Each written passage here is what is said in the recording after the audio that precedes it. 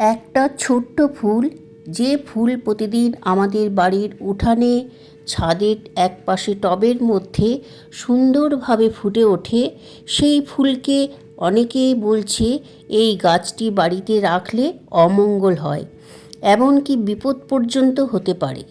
জানেন কি সেই ফুলটি হচ্ছে নয়নতারা বা সদাবাহার। আবার অনেকে গ্রাম অঞ্চলে এই ফুলটিকে শুশুনি পদ্ম বলে জানে। আজ এই ভিডিওতে বলবো এই ফুল কি সত্যিই অশুভ, সত্যিই কি বিপদ ডেকে আনে?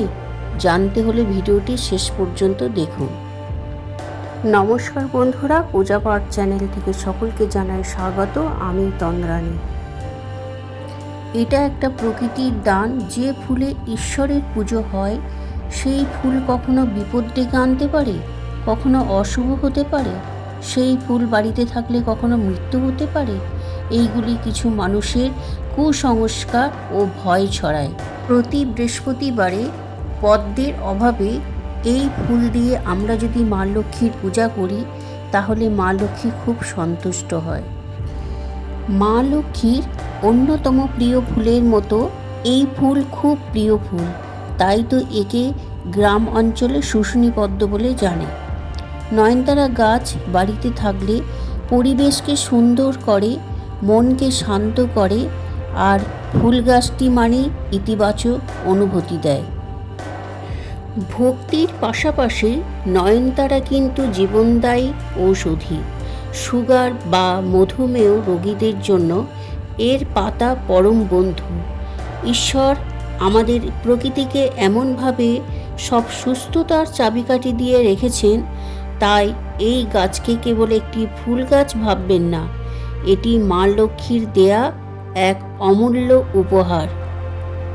মনে রাখবেন, মা লক্ষ্মীর প্রিয় এই গাছটি যেন কখনো অযত্নে শুকিয়ে না যায়।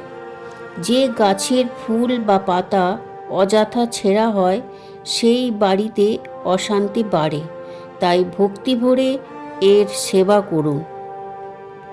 একটি সাধারণ নয়নতারা গাছ আপনার জীবনে বড় বড় বাধা দূর করতে পারে যদি আপনার বিশ্বাস থাকে অটুট। আপনার বাড়িতে কি নয়নতারা গাছ আছে? থাকলে সেটি সাদা নাকি গোলাপি? কমেন্টে অবশ্যই জানাবেন। মা লক্ষ্মীর আশীর্বাদ সবার উপর থাকুক। জয় মা লক্ষ্মী বলে কমেন্ট করবেন। তাই তো আমি এই ফুল দিয়ে আমার ঘরের দেবদেবীকে পূজা করি। একটি বিশেষ অনুরোধ, বর্তমানে ইন্টারনেটে বা অনেকে জায়গায় দেখবেন অনেক বিভ্রান্তিকর তথ্য ছড়ানো হচ্ছে যে নয়নতারা গাছ বাড়িতে থাকলে অমঙ্গল হয় বা মৃত্যু পর্যন্ত হতে পারে, বড় বিপদ হতে পারে। দয়া করে এই ধরনের ভিত্তিহীন কুসংস্কারে কান দেবেন না এবং নিজে বিভ্রান্ত ছড়াবেন না। শাস্ত্রে এবং বিজ্ঞান দুই জায়গাতেই এই গাছ অত্যন্ত পবিত্র এবং উপকারী হিসাবে পরিচিত। মনে রাখবেন, ভগবান আমাদের প্রকৃতিকে কোনো গাছই ক্ষতির জন্য সৃষ্টি করেনি। ভক্তি আর বিশ্বাসের সাথে প্রকৃতির সেবা করুন, দেখবেন মা লক্ষ্মীর আশীর্বাদ আপনার উপর বর্ষিত হবে। কুসংস্কার নয়, শুদ্ধ মনে বিশ্বাস রাখুন। এবার থেকে প্রতিটি ঘরে ঘরে নয়নতারা গাছ লাগান, ঈশ্বরকে এই ফুল নিবেদন করুন, পুষ্পাঞ্জলি দিন।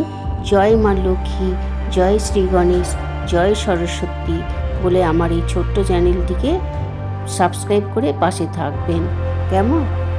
তাহলে আমরা এবার সবাই মিলে নয়নতারা গাছ লাগাবো, নয়নতারা গাছে পুজো দেব এবং বাড়িতে একটা সুন্দর পরিবেশ সৃষ্টি করব।